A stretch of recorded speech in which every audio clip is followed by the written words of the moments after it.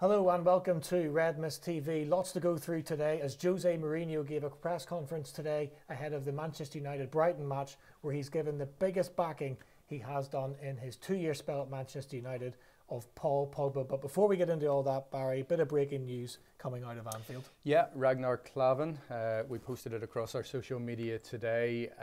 It looked as if he was going out the exit door after just 2 years at Anfield. Jurgen Klopp failed to confirm or deny that earlier on in the press conference, well, as is his wont. I mean, that's just what he does. We've just got the breaking news that he has signed for Cagliari. Not a big fee involved. I mean, we signed him for something like £4.2 million from Augsburg just 2 years ago. He scored 2 goals for us in 53 appearances across all competitions. One memorable one in stoppage time against Burnley last season. So that's kind of one that he'll be remembered for. All in all, what that tells me is Klopp is happy with what he's seen in pre-season. Yes, Lovren is still out. However, Virgil Gomez has started brilliantly last week. He's played well in pre-season. He's got Nat Phillips. He's got other cover in there as well. Matip is going to come back in. So news just breaking then that Klavan has joined permanently. He's gone to Serie A and he signed a 2-year deal with the option of a third, and he's 32. He's not going to be back at Anfield. 32, is he? I didn't think he was as old as that. Yeah, like it's not a major transaction really, is it? No. And it does, as you say, it means that Klopp, who cut another very relaxed figure in the press conference today, that would have been the only story coming out of Liverpool, because things have been so calm. It's, you know, across the M60 that really all the drama's happening. I mean, you and I have been talking about that, how, you know, a lot of our content up to date has been Manchester United, but actually in a perverse way, I like that, because there's very little going on behind the scenes at Liverpool that's concerning me at this moment in time, whereas what you're going to tee up here is more about what's happening, you know, well, it's in been the turbulent. background. It has definitely been turbulent. But guys, listen, it's Red Mist TV. We're live on YouTube. We'll be posting this video live on our Facebook page afterwards. So get in touch on our YouTube channel with the live chat function. Red Mist TV. I'm a big Manchester United supporter. Barry's a big Liverpool supporter. If you haven't joined us before, we are, you know, supporting our teams from Northern Ireland, giving you maybe a bit more of an Irish and Northern Irish perspective on what it's like to support these torturous teams. But as you say, Barry, you know, like both Liverpool and Manchester United off to winning starts in the Premier League season, but it's been night and day in terms of the tumultuous start to the season, particularly for Manchester United.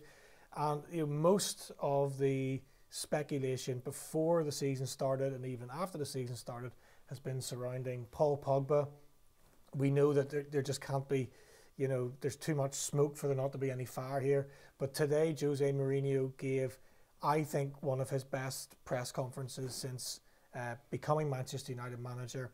It was a 3 or 4 minute public display of backing and support for his player, almost defense of him in the media. And we've talked a lot in pre-season and in the last week or so about Jose, who's been carrying this grey cloud with him all pre-season. Okay, it wasn't exactly like he was dancing on the table, you know, or anything like that, but it was a different demeanour about Jose Mourinho. His you know, vernacular was different. It was much more of a resounding support for the player, almost telling the media to back off. You know, I think what we should do is just give some of the press conference a bit of a play here. I think it was a Sky Sports News presenter that asked the question. Really, really interesting what he had to say. If I can just get this live, because it's a style of communication that we've not seen from Jose Mourinho before, because we know he's been critical of players, and that has been one of the main reasons why Manchester United have a big problem with Jose Mourinho. A lot of what Jose Mourinho has done at Manchester United has been good work. We talk about the points tally, where they finished last season. We're off to a winning start. Okay, it wasn't pretty. It was a bit same old in terms of the performance. But the negativity is based on the way Jose Mourinho communicates. And this to me was a very different way that he's been communicating. With Paul Pogba, so much has been said this week. The truth is, we are together for 2 years and a couple of weeks, and I've never been so happy with him as I am now. That's the truth. I cannot demand more from him. I cannot ask more from him. He come here on a Monday he trained 3 days. I asked for his support, for his contribution in an important match for us when the team had difficulties. He did it. He did it better and for more time than we could expect. When he says he did it for the fans and for the team, is exactly what I want. Is exactly what I demand from my players, is what he is giving me. Is working well, is playing well. He does for the fans, he does for the team, and that's what I want. I want him to play for the team, which he's doing, and I repeat, I couldn't be happier than what I am. So does that mean he remains your captain? For the next match, yes. What about? Sorry, what about the comments then last week after the game, Jose? Is that confusing then for those comments to come out? I don't care. I don't care. I repeat, I want him to play well. I want him to play for the team. No, my belt box not working. But I you guys want him away. to play for the I've watched fans. it 5 times already today. And that's what he did. And he's working extremely well here. But I have to say on his defense that write what you want about him, write what you want about me. Please don't say lies. Please don't put him in a situation where people can think that he's not a polite, educated guy, which he is. He's very polite, he's very educated. He never had a fight with me. We never had a warm or a hard, I don't know how you like to say, change of words. Everything is respected. I have no problems at all. When you say to Jose, there are things you cannot say otherwise. You have to ask him. Fine. I mean, that's quite a have to strange ask him. statement to make. You know, I'm here for 2 years and a couple of months. The only player that was fined was Antonio Martial. So it's not easy to be fined here. Exactly. So you have to ask him. I didn't ask him. I'm not going to ask him. I repeat. I want him to work the way he's doing and to play the way he is doing. And for me, that's the only thing that matters. Have you spoken to him about? Given what he said, Can we move on from given what he football, said, please? given We've what, got a much larger squad. Just And what we're here about to his- talk about the game. It's not just well, about football. my question is It's about not the just game. about football, about the game. Okay. So given what he said, are you confident that he can produce another performance like that at Brighton? I am, He doesn't seem happy. very confident, but if he doesn't, that's football. If he doesn't, that's football. If his objective is, like he say, to play for the team, to play for the fans, to perform for the team and for the fans, if this is the objective, he has the right of a bad match. He has the right of a bad match. Everybody has a bad day. Everybody has little up and down in the performance level. And going back to one of the questions, is he the captain? No, the captain is Antonio Valencia. Antonio Valencia didn't play. It was my choice to be the captain, which was a process that started already last season. Because last season we thought, I think was before the game against Basel, we thought, or 2 seasons ago, Basel, no? We thought, you know, young guy but good personality, made in the academy, normally a starting lineup player. He has the conditions to be a captain in the future and in the continuity of this. No Antonio in the team. He was the captain, and for the next match, I don't think Antonio is going to play. So he'll be the captain again. But one day when Antonio comes back, Antonio will be the captain. Okay, last question from Simon. Jose, what is the Italian transfer deadline? Matteo's made his feelings clear. You've said that you'd be willing to let him go. Will he go by the end of the day? Will he be involved tomorrow? If not, I and don't also think he will go. I don't think he will go. And you know, he cannot have any bad feeling towards us, because we opened the door. We opened the door for him in case of his desire was to go, but it looks like it's not going to end in a transfer. And for me, it's good news. For me, it's good news that Matteo is staying. He's always an option for us. He's always a reliable player. We know that his performance level is that one. We know that he always does a job for the team, right back, left back, starting player, on the bench. He always does it. He's a fantastic professional. He's a guy that is loved in the group by his human nature too. So for me, in the end, is good news if Matteo is not leaving. So look, to me, I was struggling to hear that out of my system, but it's a different style for Jose Mourinho, because you would have expected him just to turn around and say, not answering those questions, not answering. And he was a wee bit like that before the Leicester match, where he gave kind of a poorly framed answer to the question of why Paul Pogba's captain. That today, he actually, although he said the same thing, his tone and the way he framed it was a lot better. But he was saying some great things about Paul Pogba. He was so happy with everything's positive. He was so happy with how for the Leicester match that he clearly wasn't fit. He asked him to come back, take a risk on his fitness. He did that, produced a magnificent 9 out of 10 performance. He was working hard for the team and the fans, so the fans got another mention, which again, Jose, hasn't really spoken that much about whenever he's having one of his negative moments. He asks the media, he makes a plea to the media, please, if you're talking about him, write the truth. We don't mind what you write about me, write about Paul Pogba, but write about the truth.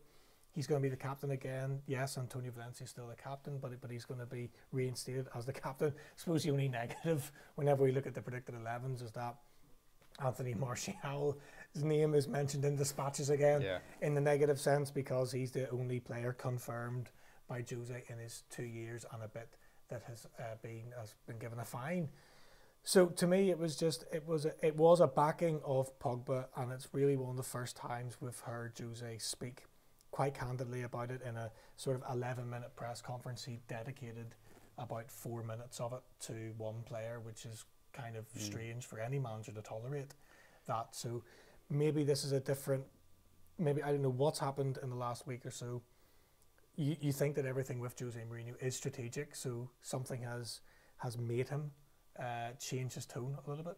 And it's interesting. It's interesting to watch it. I still don't think it puts the matter to bed. There's something in the background that has prompted all this. If you think back to last week, whether the quote was taken in isolation or not, Pogba quoted as saying, "There are things I can't say, otherwise I'll get fined."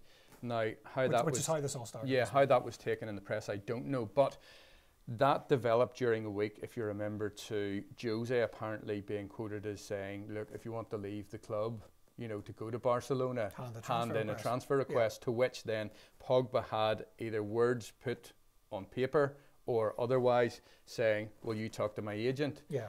All in all, there's something in the background here, and I don't like how it looks. Yes, Jose is doing what Jose does. He's the manager. He's there to protect the club, to protect his player. But how long can he keep Paul Pogba at Manchester United and performing? I don't know that. Paul Pogba is a huge personality. He's just won the World Cup. He's a young guy who, has the world at his feet, essentially. But Paul Pogba he borders on genius at times. And for that, you get somebody who can kind of do anything. You've just got to look at his private life. He's larger than life there, so Jose has a massive job to be able to kind of quell this guy's enthusiasm. And I'm not sure whether Jose, through time, is going to be able to do that. But does he try to keep him on board? He certainly will do, try to, and to stave off Barcelona's approaches. But come the end of this season, will Paul Pogba be looking to go? I think he might be. Well, who knows? A lot of it might depend on how this season goes on the pitch. Like, how does the team perform? Because there's a very fine line for United this season defining a successful and an unsuccessful season. It's going to be very hard for them to accept a third place or a fourth place after finishing second last season. What I find, I suppose we don't know what goes on behind the scenes, but like he's asked a question by a journalist. We don't have video or audio footage of it. It's written word. Yeah. And he says, if I told you about what was going on, I would be fined. Whenever you get a WhatsApp from someone or a text, or you always read it in the worst case scenario. What if Paul Pogba was told by the club and the press office to say, look, you see, if you're asked anything about your future, you're not to speak a word of it, even though there's nothing going on and all this is just hot air. You're not to speak a word of it. So he's literally said to a journalist, look, if I can't answer your question, if I answer your question, I'm going to get a fine. Yeah. But whenever you read that in black and white, it sounds inflammatory, like, I wish I could tell you what's going on with me right now.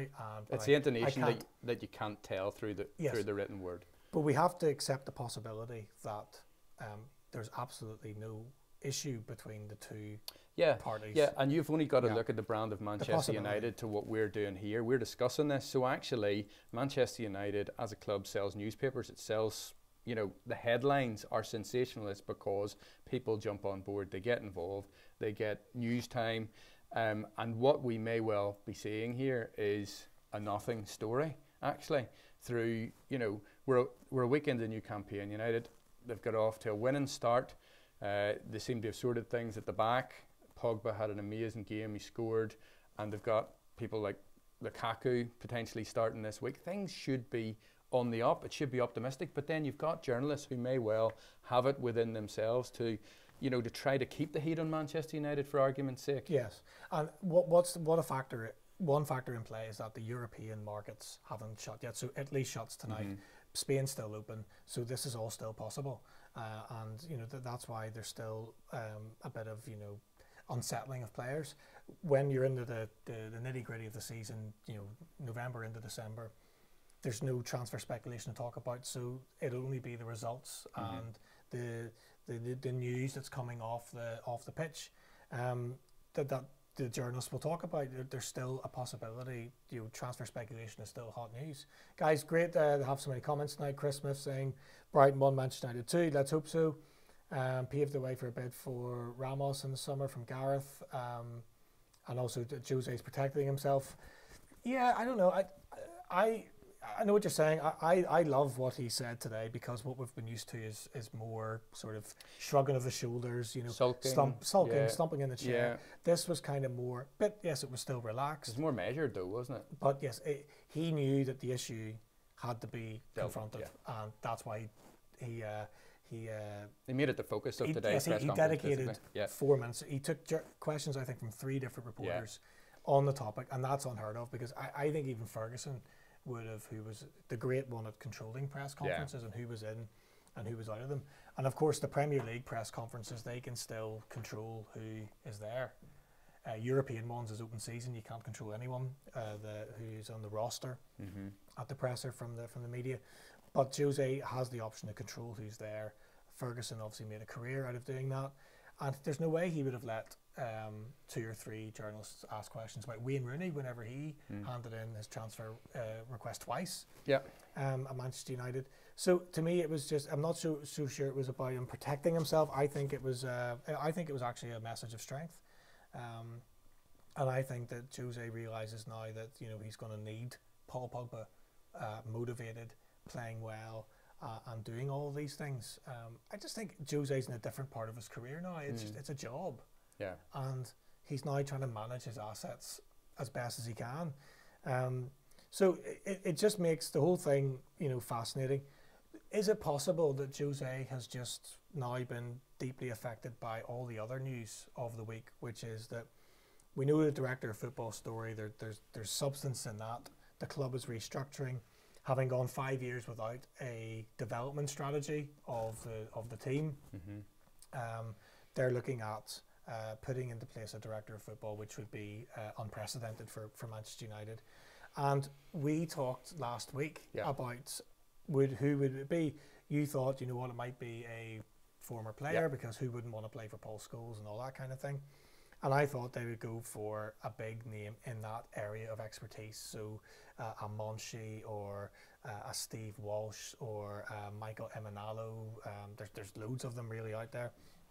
And funny that Edwin van der Sar has been linked as that potential candidate, and he would almost be the perfect blend or a blend of those two types of people. I think he would be. I mean, if I recall correctly, whenever he packed it up at the end, he actually went to Ajax, one of his former clubs, and took a role. He's doing a similar job. So actually, he's laid the foundations in a brand of football that he knows. Ajax, obviously a bigger player in former years, but I think he would slot in very nicely there, given that Manchester United have not had a sporting director to date. What you don't want is somebody coming in as well who's going to face flack from the fans, flack from the manager. This would be a softer sell because Edwin van der Sar coming back to the club, I mean, he's a legend at Manchester United. It's so funny, actually, you're bringing somebody in who, it's as if he's never left. I'm sure there's pictures up around Old Trafford of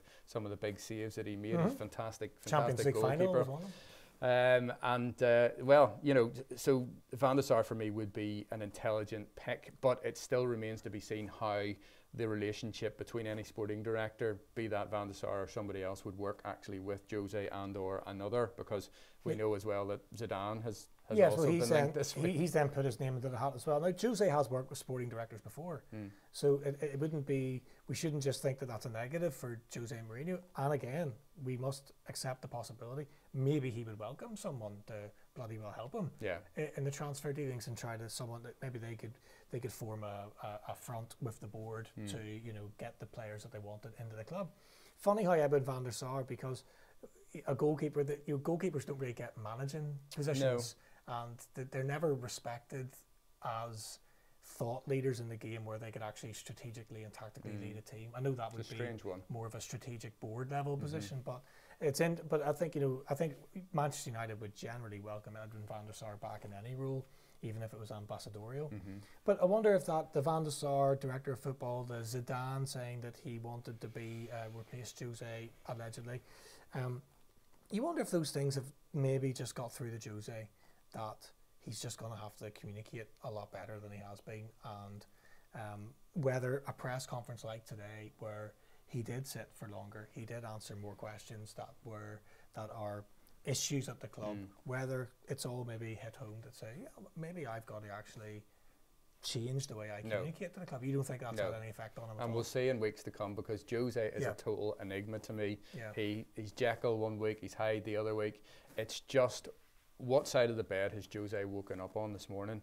And he comes out and he sticks to whatever tack he takes at the start of that day, be it that he's going to slate the reporters, he's not going to answer questions, or like today where he's kind of slotted right into place and he's actually acted like the manager of a football club and actually backed the majority of his players, bar Martial. So yes, if he was just if we consistently got that, we'd be flying. I think United fans would be happy enough, but actually what I'm saying, and this is where, if you do have comments on this, I think as a Liverpool fan, I still look at United fans and I don't think you've quite worked Jose out. I don't think Jose has worked Jose out, and I don't think anyone really, when Jose comes to retire further down the line, he's one of those individuals who the older he's got, the more cantankerous he has become, and that's how I see him. I see him being, he's just a guy who has his own mind. He'll do his own things, whether to,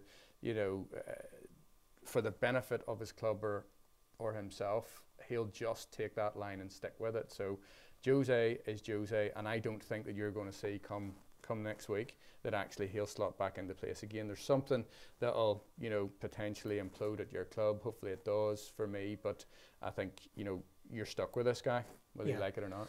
Yeah, and it's interesting heading into another important Premier League weekend. They're all going to be important, because now Jose's confirmed that Pogba is playing and is captain again, and it throws his comment, which I'm sure he did not mean anything by Anthony Martial, and that is obviously an issue at the club.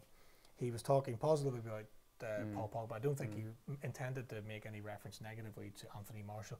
He was simply putting it in the context that he doesn't find people, but it does. I don't think it's, again, it's a nothing story. What Jose is saying there to me is that you guys all know about this issue that Martial didn't come back following the birth of his child. You know about this, so I'm actually going to offer that up again and say, look, this is. And he's the only player I find, yeah. But it does say to me that Martial isn't going to play against Brighton. So we have had a thought about what how United are going to line up on Sunday. Yeah, interestingly, Scott, now you have gone through the team and you think there is the potential for maybe 2 or 3 changes? 2 or 3 changes, because I was sent a really good graphic in midweek, we're going to call up as well, which shows United's average positions against Leicester, and it really highlights a problem that the club is going to have to think about or invest in or whatever. So Jose threw a few curveballs for the Leicester lineup, so I reckon he's going to maybe make a couple of changes. This is me half trying to predict what Jose would do and half showing what I would do. And I think the way you've addressed this or approached this is that Brighton should be winnable home or away. Lost their last season. Yeah, so therefore there is the possibility that we could make 2 or 3 changes and still come out on top. But you make a very valid point. 3 months ago, I think you lost there by a goal to 0. And we'd just beaten. We then beat Liverpool 2-1 with the 2 Rashford goals at Old Trafford. Don't remember. You don't remember that? No. Well, you should. I mean, we can play the highlights for you if you want. There's 2 Rashford goals, and I think he gave Alexander Arnold a bit of a lesson. Yeah, that day. Best thing that ever happened to Alexander Arnold, that, because he's gone on from strength to strength since then. But Jose does throw a couple of curveballs at us in the predicted lineups. He said that Bailly was injured and out of Leicester. Yeah, he did. So, but then he played against Leicester, which I love. I absolutely love that. And Ferguson used to do that, and we just love that. And he said that Matic had a full week's training, but he's not going to play. Okay. So I've now put Matic in the team because that's what Jose does. So look, logically, who knows, right? But I hope that Shaw keeps his place. I hope Bailly and I hope Lindelof keep his place. He made a reference to Darmian is staying. He's not going to Napoli. And he's happy about that. It was sort of like, I'm happy in inverted commas because I have another player. But it was kind of backhanded in a way that he's saying that Darmian is not going to feature. So if Young is fit, I reckon you'll put Young in at right back. Okay, it's a toss-up between Fred and Pereira if Matic plays. And I've gone with Fred just because he's the big signing and he needs more game time because it was a struggle. Pereira should really, in theory, stay in the team.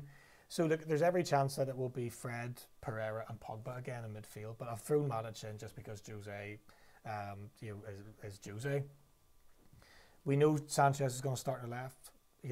Nothing has suggested that this guy is replaceable in the team, for good or for bad. Lukaku's going to have to play because Rashford probably picked up a knock against Leicester, and even that didn't look massively sharp. And the great news is that Lingard is back and playing, and that might solve an issue that was so blatantly obvious to anyone watching the United-Leicester match. Is this problem down the right-hand side? It was a problem that plagued us defensively as well, because Chilwell was able just to carve through the right-hand side of our defence with Mata and Darmian, and we were very, very lucky not to concede in the first half. So Lingard gives a bit more. He's not a natural right-sided player in terms of right wing, but he has played there before. He can play there, and he gives more familiarity to that role. I think he gives that team a bit more balance. Yeah. I think probably the big thing you're talking about there is Mata and his inability to take the ball down the right. So he has that. He's like a magnet, isn't he? Where he wants to come inside or come, directly across the pitch with the ball rather than either drive forward. And that has been frustrating both of us, but you in particular throughout the pre-season, and then we saw it then last week. It's a problem that hasn't been addressed. That we've bought a lot of players who are right-footed who like playing on left-hand side. And the ironic thing is that Juan Mata is a left-footed player, so he should be able to play on the right. But Sanchez, who has had a difficult Man United career, his average position, as this graphic will show us, even though he's a right-footed, left-hand sided player, he's still playing. His average position is still there or thereabouts with his starting position. It's where we're there or thereabouts where it should be. This is obviously looking down the way, attacking the goal at the bottom of the screen.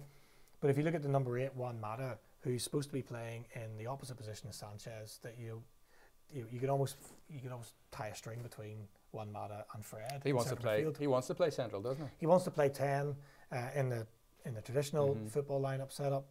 So it's a massive problem. You know, okay, you're happy with Darmian and Shaw, their starting positions or their average positions. You know, Fred and Pereira. That was always going to be interesting to see which one's deeper. Pogba is the more advanced one in an average position. We've talked before about how Pogba likes to drift out to the left, and much sometimes to our problems defensively, that he should be right in the middle of the pitch, putting strong tackles in. And the fact that he always runs into Sanchez and he occupies the same space. And there's evidence that that is still there, although I don't think it was as big an issue. He's number 6 in that graphic. Pogba's 6, Sanchez is 7. Yeah. And I think if you looked at average positions in the team last season, you'd have almost seen the 6 and 7 circle like overlapping each other and on top of each other. And that was a real issue with our attacking play last season. But without a doubt, you know, hopefully number 14, Lingard, comes in and he sticks to that position. And Lingard's he's one of Jose Mourinho's great triumphs. He's a disciplined player, but he makes great runs off the ball. He'll make the diagonal runs into the box from the right, but if he's told to play out in the right, he will stick to it. It's not his ideal position, but he's a better option for us than Juan Mata. Chris Smith giving us a good comment, more chance of Barry wearing a Man United top when United finish above Liverpool than anyone figuring out. Well, I'll tell you what. what. Are we going to do that? Are we going to I will take your bet now, Chris, and I will do it. Unlike Gary Neville this week, who actually lost the challenge to Jamie Carragher out of it. And chickened out. Wished out of it, yeah. He's saying there's a complete lie with what Carragher saying the terms were of that bet. I don't know. Well, Neville's saying that Carragher actually did the same 2 seasons before. Right, okay. And he won that bet, and Carragher didn't wear the shirt then, so I don't know. I'll do it. Yeah, great comment. Well, you did, though, right. And Chris, you may wear a Liverpool top if we finish above you. Yeah, well, I think that's something that we should share, and maybe we can work something out with that as well. But like, that's, you guys, let us know what you think. Is that, you know, what do you think the team's going to be? It's very hard at this stage of the season to get into a flow of predicting lineups. I'm not too bad at it, you know, whenever you're mid-season, but it's very hard whenever we don't have there's no real form to go on this season. And who knows, Rashford might still be available, you know, and Pereira, you know, Jose might well stick with Pereira. And you know, for all we know, I hope Jose, Shaw, you know, like I hope Smalling and Jones could play. Well, you don't know that, and I wouldn't be surprised if 1 or 2 of them did come in, because Jose is Jose at the end of the day. I do feel sorry if Pereira doesn't keep his place, because he's played so well in pre-season, and I think he needs a string of games in the Premier League to actually acclimatise to the Premier League. And he was better than Fred against Leicester. This is my predicted 11. No, I understand that. I understand that. But if Jose goes down this route, and there's a potential chance that he might, particularly maybe more so next week when Matic is definitely back to match fitness. Yes. And if that happens to be the case, it'll be a learning curve again for Pereira, but I would just like to see him, for you guys, for Pereira to get a run in the team. So Liverpool, you know, it's all quiet. Yeah, and that's why, you know, we talk obviously between shows, and we have been Manchester United heavy in some of our shows, but that's because things in the Liverpool camp have been fairly good, bar Lovren's bombshell where he came in and he said, look, I might have picked up an injury during the World Cup that I haven't told you about. By the way, the window's now shut and you can't get anyone else in. But it looks as if Klopp's happy enough with that. Gomez has started well. Good news today, James Milner. And Milner has turned into a bit of a parody of himself. That kind of Twitter account. Boring James Milner. Boring James Milner. Milner then tweeting today that, you know, he has had 15 stitches out of his head, and does anyone fancy a game of Quidditch? Which I think is hilarious. He of course picked up that injury in pre-season against Napoli. He showed amazing fighting spirit, to be honest, in the opening game of the season against West Ham. Wasn't up against much at the end of the day, but I mean, you've got Noble in the centre of midfield, you know, you're up against that kind of combative midfield. He did wear kind of a headband there. He's back, he's fully, you know, he's taken that off. It looks to have healed pretty well. What if James Milner is actually the boring James Milner account? What if? Well, I don't know. He's actually making a pretty good go of Or he's taking advice from him. Maybe he's running it by him. Yeah. But I think it's class if you can take the absolute mick out of yourself. So be it. I tend to do that too. So good lad, James Milner. I like to see that approach. He's playing well, and as you say, he's reinvented at Liverpool, because when he signed from Man City, you thought, this is a sort of a end of career retirement home. I think we kind of talked about that last time, and I did have that feel whenever we signed James Milner. At Manchester City, he looked to have played his best football. He kind of tailed off a bit there, and then when we signed him, he's just come back to life, and he was absolutely inspirational for us last season. So to that end, I've predicted that we will, and this hasn't taken too much work out for me. So we've recycled the graphic and everything, but this was the lineup that played against West Ham in the 4-0 demolition at home. This is the team that I think that Klopp will stick with. I really can't see any changes. What that does mean is that the club captain, Henderson, is still on the bench, in my opinion. Fabinho doesn't get a start yet for Liverpool in the Premier League. It will come, I realise that, but it's going to be difficult to oust a starting 11 that won so convincingly. So I think Klopp will stick with this 11. The only other possibility for me would be that Klein might come in at right back, but Alexander-Arnold, he really, he was so comfortable in that game. Klein, in fact, offers us more cover at centre half, so if anything did happen in there, if Gomez was under pressure and we conceded an early goal or whatever, Klein does give us that ability in around the back as well. He can play right back or he can play in the middle. So all in all, we go with the same team. I'm still, as I've said in recent shows, still to be convinced by Alisson. Although the back four, I love the shape that Alexander-Arnold and Robertson give us. Robertson, he's just, to me, a classic left back with a lovely left foot. With a left foot. Alexander-Arnold, I know you can't quite get that concept into your head at Old Trafford. Well, hopefully we do now. If Shaw can bolt down the place in the team. Alexander-Arnold does exactly the same on the right-hand side. So I absolutely love the shape that the back four at the minute are giving us. Gomez has... He's given me a lot of confidence, actually. I've been very impressed. The only thing that I don't think that he likes is the long diagonal ball over the top. Yeah. And he struggles to defend against that. Arnautovic almost couple of times caught him out a couple of times. But let's see how that develops, and let's see then whenever we get Lovren fit and whether Gomez has actually done enough to cement that place with Virgil van Dijk at the back. So no changes in midfield, and then the three up top who pick themselves. Now, the interesting thing is we go to Crystal Palace on a Monday night. Selhurst Park's not a ground that I've been to. I've been to the majority of Premier League grounds. I actually haven't taken in a game there, and I'm told that it is a cauldron, particularly for a Monday night game. And you've run into problems on a Monday night game before? Very much so. Yeah. So I remember a 3-3 when we were leading convincingly. Gale Force wins. What I will say is I think we've beaten Crystal Palace the last 3 times, but we do have to look out for the Liverpool factor, or the ex-Liverpool factor against Liverpool. We've got Christian Benteke, we've got Roy Hodgson, and also the big danger man for me is an ex-Manchester United player, a guy who kind of flirted with being good at Manchester United and still has a potential actually to go on again, is Wilfried Zaha. Scored last week as they beat Fulham, I think 2-0 in the London Derby. They can be a top half team. Yeah, they have the potential. I think that there are so many teams in that mini league outside the top 6, and Palace is one of them that could actually, they could finish 7th if they have a good season. Exactly. If they fulfil the potential they have. I think you're right. I think Klopp would be mad to change the team because it was.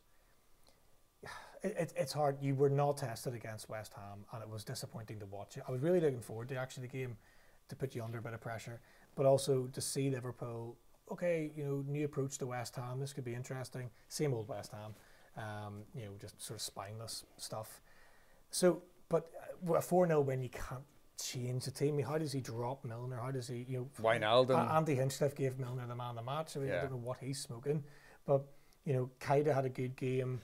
Wijnaldum was okay in bits and pieces. Yeah, so it's hard to drop. He's, I suppose, maybe the chink in the armoury who I might actually, you know, So swap Shaqiri in. and maybe, or- Yeah, yeah. yeah. I actually love the attacking ability that Shaqiri has, and the options that both he and Daniel Sturridge, who came back, scored with his first touch, you know, having come back from West Brom, give us. Chris, you've said that pretty much, that if Sturridge stays fit, he could be, you know, a game changer. Sam, you're saying that Klopp is a madman. And Jose's a bin man. So have we found our first Man United or Liverpool fan? Well, Our first well, general actually, I subscriber? happen to know Sam pretty well, and he actually supports the Gunners, so that kind of Oh, well, there you go. comment Oh, that's all right. does explain itself. But thanks very much for that, Sam.